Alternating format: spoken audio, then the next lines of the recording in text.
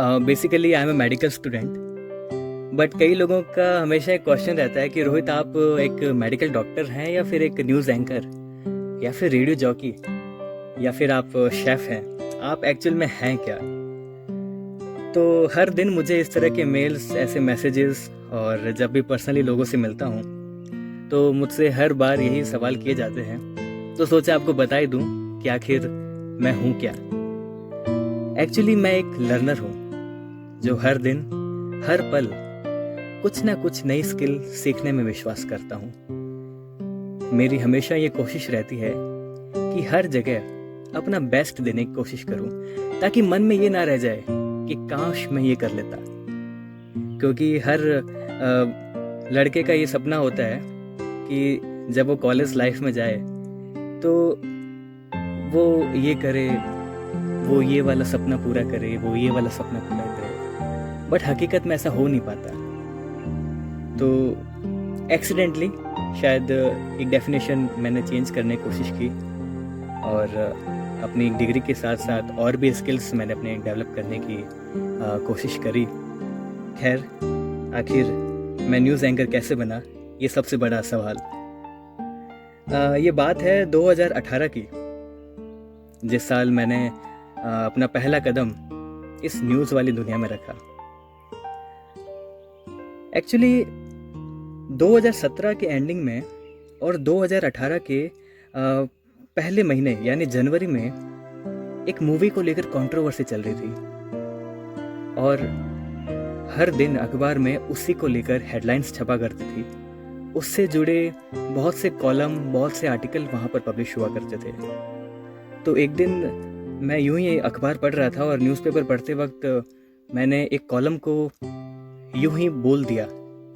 जिस तरह से एक न्यूज़ एंकर पढ़ता है, बोलता है, उसी तरह से मैंने उसको रिकॉर्ड करके एक अपनी व्हाट्सएप स्टोरी बना ली।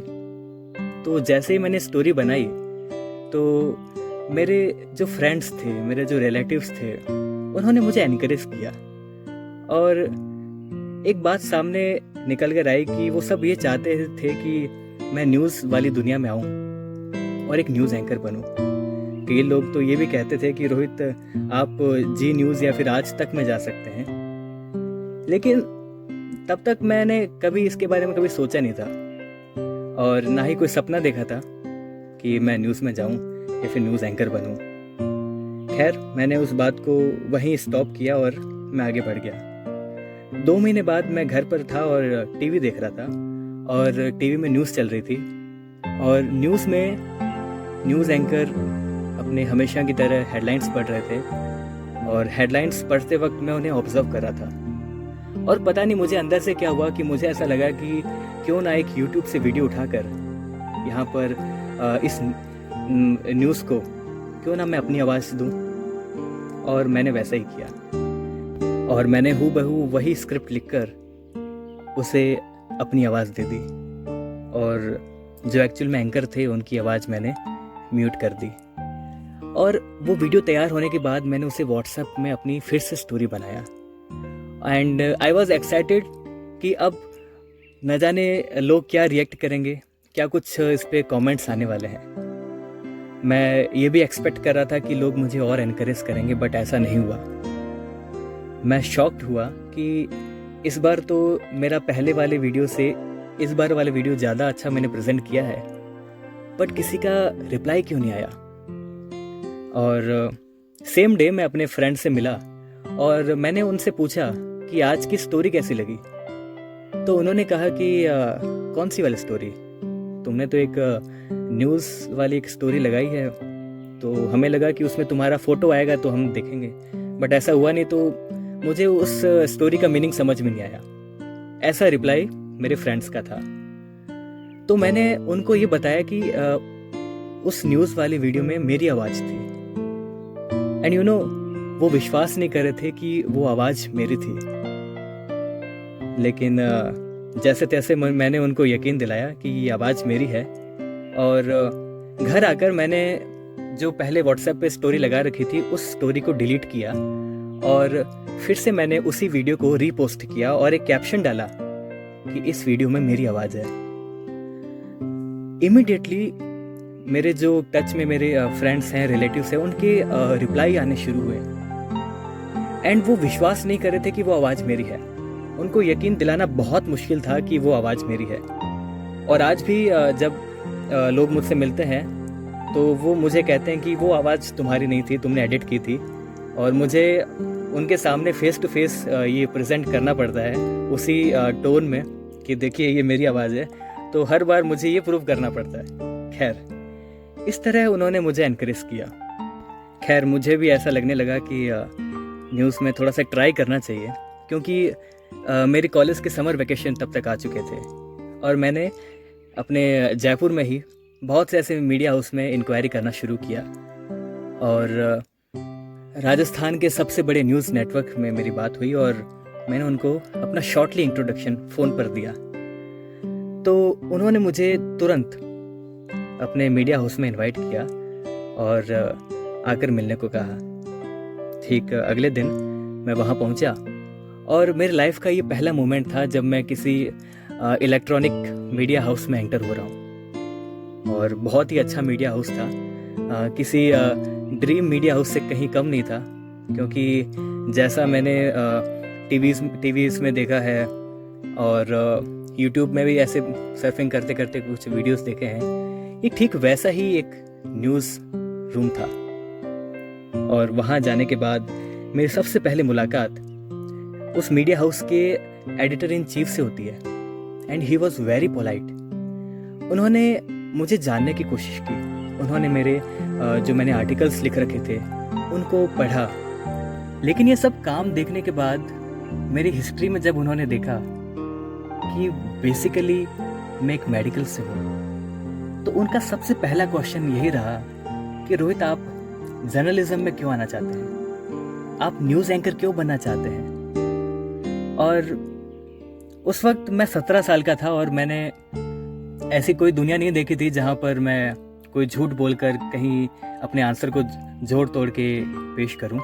मैंने बड़ी ही ईमानदारी के साथ उनको एक सही उत्तर दिया और मैंने न्यूज़ में आने के पीछे की वजह उनको बताई। और शायद वो यही सुनना चाहते थे, क्योंकि एक न्यूज़ एंकर बनने के लिए आपको सबसे पहले एक ईमानदार और सटीक उत्तर देने वाला होना बहुत ज़रूरी है। खैर, उनका क्वेश्चंस का रैपिड फायर राउंड शुरू हुआ और उन्होंने सबसे पहले मेरा क्वेश्चन ये किया कि आप न्यूज़ में क्यों आना चाहते हैं, जिसका मैंने उनको अच्छे से रिप्लाई भी किया। एंड उनका सेकंड क्वेश्चन ये था कि आप अपने आर्टिकल में इतना लंबा सेंटेंस क्यों लिख रहे हैं, क्योंकि जब एक न्यूज़ एंकर उसे पढ़ता है तब उसे बीच में पॉज लेने के लिए थोड़ा ब्रेक चाहिए ताकि वो ब्रीथ कर सके, सांस ले सके। लेकिन आपका इतना लंबा सेंटेंस यदि हम न्यूज़ में चलाएंगे तो बोलने में दिक्कत आएगी। तो सर ने वो चाहते थे कि मैं इसको जस्टिफाई करके इसका आंसर दूं। तो मैंने कहा नहीं सर, इसको हम पढ़ सकते हैं। तो सर ने कहा अच्छा ठीक है, पढ़ के बताओ।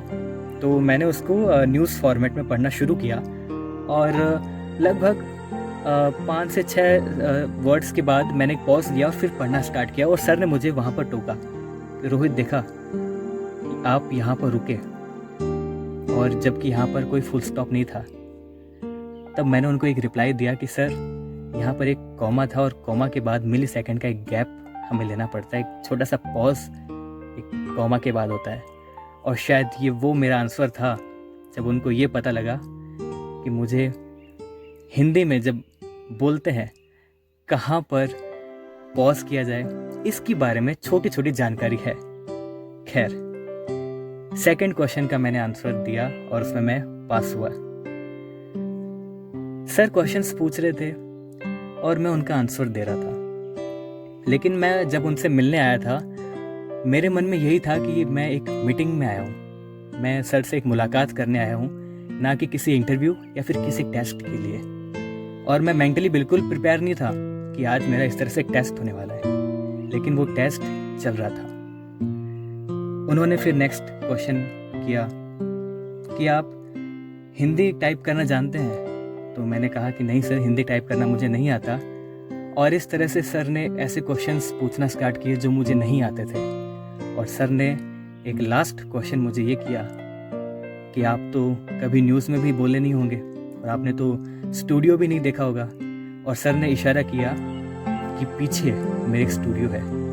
और मैं अपने चेयर पर बैठा था और मैंने पीछे मुड़कर देखा तो पहली बार ज़िंदगी में मैं एक लाइव न्यूज़ स्टूडियो देख रहा हूँ, जहाँ पर एंकर बैठे थे, लाइव बुलेटिन पढ़ रहे थे। और ये मेरा पहला वो मोमेंट था जब मैं किसी एंकर को बोलते हुए देख रहा हूँ। उस वक्त मुझे एक अंदर से आग लगी कि यहाँ पर मुझे जाना है और यहाँ पर बैठकर मुझे न्यूज़ प्रेजेंट करनी है। खैर, ये एक मेरी अंदर की आग थी। लेकिन सर जिस तरह से क्वेश्चंस पूछ रहे थे, पहले 2 से 3 आंसर तो मैंने दिए, लेकिन बाद के जो क्वेश्चंस थे, क्योंकि वो चीज़ें मुझे नहीं आती थी, जैसे हिंदी टाइप करना वगैरह वगैरह। लेकिन सर ने मुझे एक चीज़ और कही कि रोहित, आपको किस फील्ड के बारे में लिखना पसंद है। उस दिन मैंने पहली बार ये सोचा कि एक्चुअली ऐसा फील्ड कौन सा है जिसके बारे में मैं ज़्यादा इंटरेस्ट रखता हूँ। तो मैंने सर को रिप्लाई किया कि सर, ऐसा तो कोई फील्ड नहीं है कि पर्टिकुलर मैं इस फील्ड में इंटरेस्ट रखूँ, बट हाँ, मुझे मोटिवेशन या फिर पॉजिटिव जो फील्ड होते हैं या फिर पॉजिटिव मोटिवेशन स्टोरीज होती है, उसके बारे में लिखना बड़ा अच्छा लगता है। तो सर ने कहा ओके ठीक है, आप ये पेन पेपर लीजिए और आप जितना वक्त लेना चाहते हैं आप ले सकते हैं, और आप इतने वर्ड्स काउंट में कुछ शब्द लिखिए। तो मैंने कहा ओके सर, मैं लिखता हूँ। और सर ने मुझे एक बात और मेंशन की थी कि रोहित, आप जितना समय लेना चाहते हैं लीजिए, बट कंटेंट ऐसा लिखिए जिससे मैं आपको ये जज कर सकूं कि आपको लिखना आता है। और लास्ट में आप ये एक्सक्यूज़ नहीं दीजिएगा कि सर टाइम कम था। मैंने कहा ओके सर, मैं लिखता हूँ। और सर इस तरह अपनी टेबल छोड़कर चले गए, शायद किसी मीटिंग में या फिर उनका शो होगा। और मेरे आगे पेन और पेपर था और मैं पहली बार उस वक्त फ्रीली माइंड से पूरे न्यूज़ रूम को ऑब्जर्व कर रहा था। कुछ एंकर्स अपनी चेयर पर आकर जल्दी से स्क्रिप्ट लिख रहे थे, कुछ एंकर्स भागते भागते स्टूडियो की ओर जा रहे थे। तो मैं पूरी न्यूज़ रूम की हलचल को ऑब्जर्व कर रहा था। एंड साथ में मुझे एक वर्क भी दिया गया था कि मुझे किसी फील्ड पर लिखना है। और मुझे ये समझ में नहीं आ रहा था कि मैं क्या लिखूं। खैर, मैंने लिखना शुरू किया और लिखते लिखते मैंने अपने उसी वर्ड्स काउंट में अपना पूरा जो आर्टिकल या कंटेंट जिसको मैं कहूँ वो मैंने लिख दिया। थोड़ी देर बाद सर आए और सर ने उसे पढ़ा, और पढ़ने के बाद सर ने मुझे ये कहा कि रोहित, आपने लिखा अच्छा है और आपको कुछ चीज़ें नहीं आती है तो आपको यहाँ पर हम जॉब नहीं दे सकते। बट मैं कभी उस वक्त निराश नहीं हुआ जब सर ने ये कहा कि आपको यहाँ पर जॉब नहीं मिल सकती, क्योंकि मैं ऐसा मानकर चल रहा था कि आई एम ए ज़ीरो, मुझे कुछ नहीं आता and I want to learn, मैं यहाँ सीखना चाहता हूँ। और यही बात मैंने सर को बोली। और सर शायद यही चीज़ें मुझसे एक्सपेक्ट करना चाहते थे कि मैं यहाँ पर सीखना चाहता हूँ या फिर कमाना चाहता हूँ। और मैं यहाँ पर कमाने के पर्पज़ से नहीं आया था, बल्कि सीखने के पर्पज़ से आया था। और सर ने मुझे वहाँ पर ये कहा कि नेक्स्ट डे आप आइए और हम आगे की जर्नी शुरू करते हैं। और घर जाकर मैंने जब उस पूरे सिलसिले को ऑब्जर्व किया तब मुझे समझ में आया कि सर का हर एक क्वेश्चन मुझे वो एक बारीकियों से मुझे टेस्ट ले रहे थे, मुझे जानना चाहते थे कि एक्चुअल में वो क्वालिटीज़ क्या है।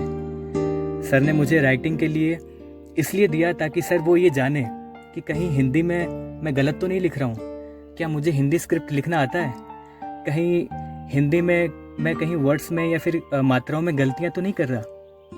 तो ये छोटी छोटी चीज़ें सर ने वो ऑब्ज़र्व की और मुझे वहाँ पर अलाउ किया कि रोहित, आप हमारे मीडिया के साथ जुड़कर आप पहले सीख सकते हैं और उसके बाद अपना काम भी जारी रख सकते हैं। And I was very happy, क्योंकि जिस मीडिया हाउस में आने के लिए लोग सालों लगा देते हैं, बड़ी बड़ी सिफारिशें लगाते हैं, बट फिर भी नहीं आ पाते, एंड मैं वहाँ पर पहली ही मुलाकात में है, पहले ही टेस्ट में वहाँ पर पहुँच गया। और मैं बहुत खुश था, बहुत ज़्यादा खुश। और ये दिन था 9 जून 2018। उस दिन मैं बहुत खुश था। अगले दिन मैं न्यूज़ रूम में फिर एंटर होता हूँ और वहाँ पर मेरी ट्रेनिंग का दिन शुरू होता है और मुझे सबसे पहले हिंदी स्क्रिप्ट जो होती है उसके साथ साथ हिंदी में टाइप करना सिखाया जाता है और वहाँ की चीज़ें दिखाई जाती है कि इनपुट क्या होते हैं, स्क्रिप्ट राइटिंग कैसे होती है, प्रोड्यूसर क्या होते हैं, प्रोडक्शन कंट्रोल रूम क्या होता है, पीसीआर जिसको हम कहते हैं, और भी बहुत सी चीज़ें मुझे वहाँ पर सिखाई गई। धीरे धीरे करते करते मैंने बहुत ही जल्दी, बहुत ही कम समय में मैंने वहाँ पर अपनी हिंदी टाइपिंग और स्क्रिप्ट लिखना शुरू किया और विद इन 7 days मैंने हिंदी टाइपिंग जो थी वो अपनी स्पीड बहुत इंक्रीज़ कर चुका था। सर वापस डेस्क पे आए, जो एडिटर इन चीफ थे, उन्होंने मुझे कुछ ऐसे वर्ड्स दिए, टिपिकल वर्ड्स, और उन्होंने कहा कि इसको हिंदी में टाइप करके दिखाओ। एक फिर टेस्ट और एक मेंटल प्रेशर बढ़ जाता है, स्ट्रेस बढ़ जाता है जब इतने बड़े न्यूज़ के एडिटर इन चीफ आपकी टेबल पर खड़े हैं और आपको ये कहते हैं कि आप इस वर्ड को टाइप करके दिखाएं। And I was very new जब मैं हिंदी टाइप करना सीखा था और मैंने बहुत ही कम समय में उस वर्ड को लिख कर सर को प्रेजेंट किया and he was very happy and he was shocked कि मैंने इतने कम समय में इतना कुछ सीख लिया। उन्होंने मुझे बहुत ही अच्छे एंकर्स के साथ मेरी ट्रेनिंग शुरू की। जो सबसे अच्छे एंकर्स थे उनके साथ मुझे शिफ्ट किया और शिफ्ट करने के बाद मैंने वहाँ के बहुत सी ऐसी चीज़ें, किस तरह से न्यूज़ को बनाया जाता है, कैसे प्रेजेंट किया जाता है, किस तरह से बाहर से न्यूज़ आती है उसको कट करते हैं, पूरा प्रोसेस मुझे वहाँ पर सिखाया गया एंड ये मैं बहुत जल्द सीख लिया। और उसके बाद बारी आई वॉइस ओवर करने की। तब तक मैंने वॉइस ओवर कभी सुना नहीं था। ये एक ऐसा समय था जब मैंने किसी को पहली बार वॉइस ओवर करते देखा और सुना।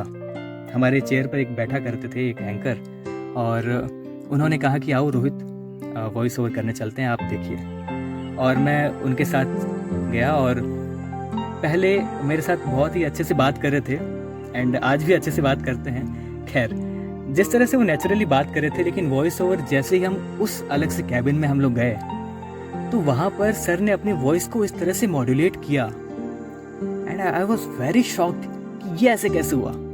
अभी तो बहुत ही नेचुरली मेरे साथ बात कर रहे थे और सडनली इन्होंने अपना वॉइस टोन चेंज कर लिया, अपना वॉइस ही चेंज कर लिया। उस दिन मैंने सर को बोला कि सर ये आप कैसे करते हैं, ये तो मुझे बिल्कुल नहीं आता। उस दिन मुझे सर ने एक बात कही कि रोहित, आप मीडिया हाउस के अंदर न्यूज़ रूम में जो कुछ भी चल रहा है उसको आप कितना ही अच्छा सीख लें, आप तब तक न्यूज़ एंकर नहीं बन सकते जब तक आप एक अच्छा वॉइस ओवर नहीं करते। क्योंकि जब भी आप किसी न्यूज़ रूम में जाएंगे और वहाँ पर आप अप्लाई करते हैं तो सबसे पहले आपके रिज्यूमे के से पहले आपका वॉइस ओवर टेस्ट किया जाता है कि आप क्या अच्छा बोल पाते हैं, क्या आप अपनी वॉइस को मॉड्यूलेट कर पाते हैं। तो उस दिन से मैंने डिसाइड किया कि मुझे यहाँ पर अपनी वॉइस पर भी ध्यान देना है, क्योंकि इससे पहले मैं सिर्फ अपनी वॉइस एक नॉर्मल ही मैं उसको प्रेजेंट किया था, लेकिन किस तरह से शब्दों का उच्चारण, किस तरह से एक वॉइस को टोन देना, उसको लय देना, ये सब चीज़ें मेरे लिए बहुत ही नई थी। मैंने घर जाकर उसी दिन से न्यूज़पेपर पढ़ना शुरू किया, ओम चैंटिंग शुरू की, योगा की टेक्निक्स यूज़ की, और भी कुछ टेक्निक्स थी वो मैंने शुरू की। और शुरू करने के बाद थोड़े ही दिनों में मेरा वॉइस जो है वो चेंज होने लगा और उसी के साथ मैं अच्छा वॉइस ओवर करना लगा। ऐसा हमारे एंकर्स कहा करते थे। और मेरी ये सीखने की स्किल्स को देखते हुए हमारे जो न्यूज़ रूम के अच्छे एंकर्स थे जिनके साथ मैं ये अपनी ट्रेनिंग ले रहा था, और उन्होंने मुझे बहुत इनकरेज किया। उन्होंने कहा कि रोहित, आप इसी स्पीड से यदि चलते रहे तो नो डाउट आप 1 से 2 महीने में उस चेयर पर होंगे। और वो चेयर स्टूडियो की चेयर थी और वो ट्रांसपेरेंट वहाँ पर शीशा था जहाँ से हम न्यूज़ रूम से ही स्टूडियो को देख सकते हैं कि अंदर एंकर किस तरह से बोल रहे हैं, किस तरह से न्यूज़ अभी दे रहे हैं। खैर, ये जर्नी यहाँ पर चल रही थी। अगली ट्रेनिंग मेरी स्टार्ट हुई प्रोडक्शन कंट्रोल रूम। इसको मैं हमेशा ऑब्जर्व किया करता था। ये वो एक एरिया हुआ करता था जहाँ से न्यूज़ को फायर किया जाता था, यानी ऑन एयर किया जाता था। इसको मैं जब भी देखा करता था तो मुझे बिल्कुल समझ नहीं आता था।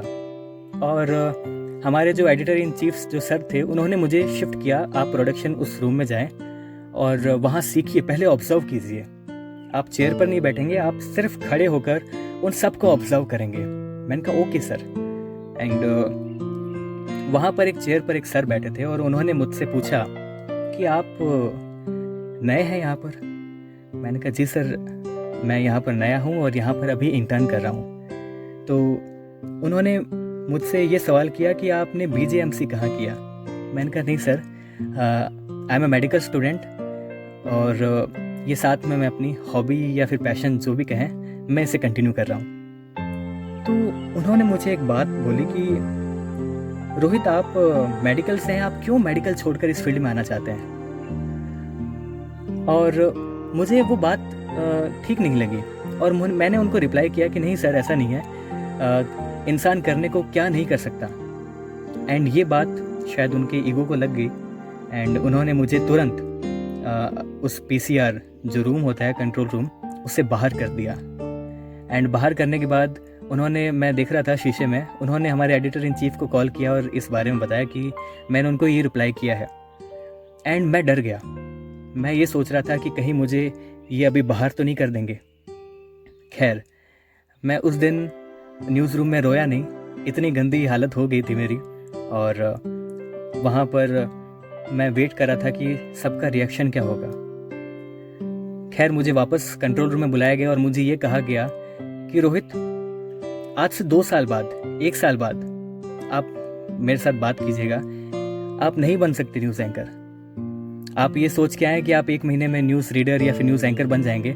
आप नहीं जा सकते न्यूज़ स्टूडियो में। हम इतने सालों से यहाँ बैठे हैं, हम नहीं गए। तो उस दिन मुझे एक अंदर एक आग लगी, मुझे एक मोटिवेशन मिला, क्योंकि हर एक काम को करने के पीछे की वजह को ही हम मोटिवेशन कहते हैं। उस दिन मुझे एक आग अंदर उठी कि अब मुझे करके दिखाना है और अब मुझे विदिन 1 और 2 मंथ मुझे उस स्टूडियो से न्यूज़ पढ़नी है।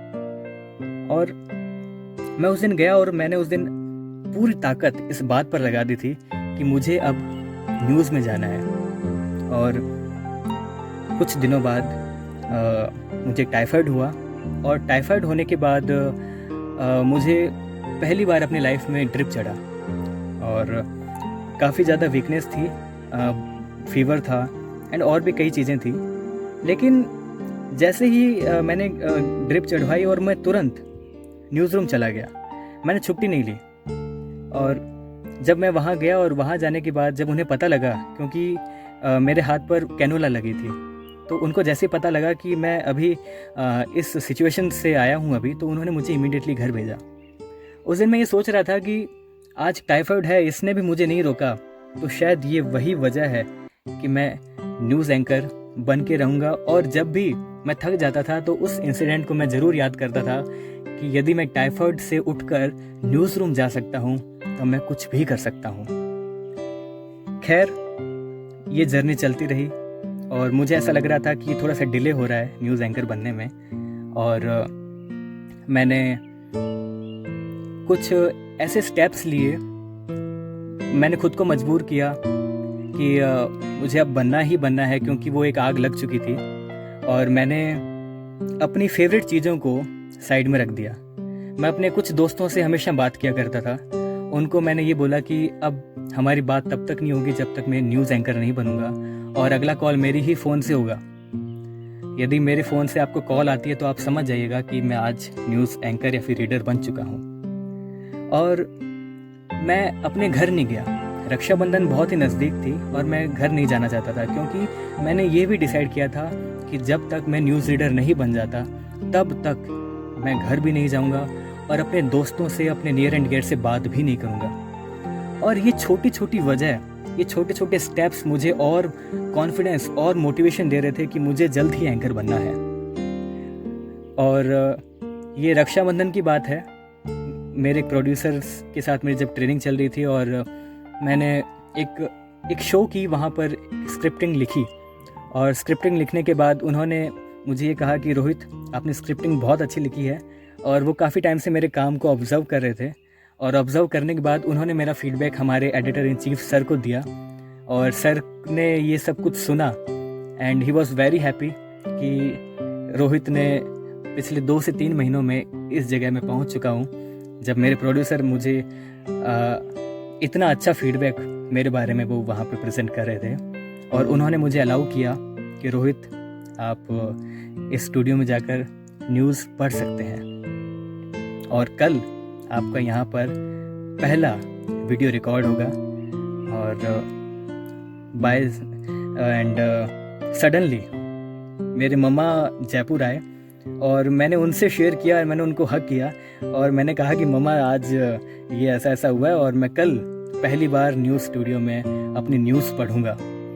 और जब मैं अगले दिन घर से निकल रहा था तो मैंने अपनी मम्मी के आशीर्वाद लिया, पैर छुए और मैं उनको ये बात बोलकर निकला था कि मम्मी आज जब मैं वापस लौटूंगा तब आपका बेटा सिर्फ रोहित रांकावत एक मेडिकल स्टूडेंट नहीं होगा, उसके साथ साथ रोहित इस मीडिया हाउस का एक एंकर या फिर एक न्यूज़ रीडर भी बनकर आएगा और मेरे अंदर वो एक एटीट्यूड भी आएगा। और इस तरह मैं न्यूज़ रूम वहाँ पहुँचा और सभी लोग तैयार थे कि आज रोहित का शूट होने वाला है। मैं अपने ड्रेसिंग रूम में गया और वहाँ पर मैंने पूरा मेकअप करके पूरा मैं रेडी हुआ और रेडी होने के बाद पहला कदम मेरा न्यूज़ स्टूडियो में एंटर होता हूँ और पहला कदम वहाँ पर जैसे ही रखा उस दिन मुझे बहुत खुशी हुई और वो खुशी शायद मैं शब्दों में बयान नहीं कर सकता, उसे सिर्फ़ और सिर्फ मैं उसे फील कर सकता हूँ। और उस चेयर पर मैं बैठा और वहाँ के जो कैमरामैन थे उन्होंने मुझे ईयरपीस लगाया, पूरा रेडी किया एंड मैंने वहाँ पर पहली बार न्यूज़ वहाँ से पढ़ी। और उस दिन जैसे ही मैं बाहर निकला सबसे पहले मैं अपने सर से मिला और उनको थैंक यू बोला कि sir thank you very much कि आज आप मुझे इस पोजीशन पर लेकर आए कि मैं अपने मेडिकल ड्रीम के साथ साथ इस सपने को भी पूरा कर सका। और तुरंत घर गया और मम्मी से मिला और उसके बाद सभी को ये बात बताई एंड ये वो दिन था जिस दिन पूरी दुनिया को मैंने ये बताया कि आज मैं एंकर बन चुका हूँ, क्योंकि इससे पहले ये सब बातें सीक्रेट थी। मैं अंदर ही अंदर इस मिशन की तैयारी कर रहा था और इसमें लगा हुआ था और मैंने अपने दोस्तों को कॉल किया और वो समझ गए। मैंने जैसे उन्हें कॉल किया और उन्होंने कहा भाई बधाई हो, क्योंकि उनको मालूम था कि मैं एक एंकर बनकर ही कॉल करूँगा। और इस तरह से ये जर्नी स्टार्ट हुई। और जैसा कि मैंने डिसाइड कर रखा था कि इस रक्षाबंधन पर घर नहीं जाने वाला हूँ, लेकिन मुझे क्या पता था कि इस रक्षाबंधन पर मैं एक न्यूज़ एंकर बन जाऊँगा। और मैंने तुरंत टिकट्स करवाए और इस बार मेडिकल डॉक्टर के साथ साथ एक न्यूज़ एंकर भी मैं बनकर घर गया और सभी बहुत खुश थे। सभी को पता चला कि रोहित अब न्यूज़ एंकर या फिर न्यूज़ रीडर भी बन चुका है। तो एक छोटी सी जर्नी थी कि आखिर मैं क्यों और कैसे न्यूज़ रीडर बना। और इस तरह से ये जर्नी स्टार्ट हुई और उसके बाद कुछ साल बाद मैं मेडिकल में रहते हुए रेडियो जॉकी भी बना। इसकी स्टोरी अगली बार ज़रूर सुनाऊंगा। तब तक के लिए नमस्कार।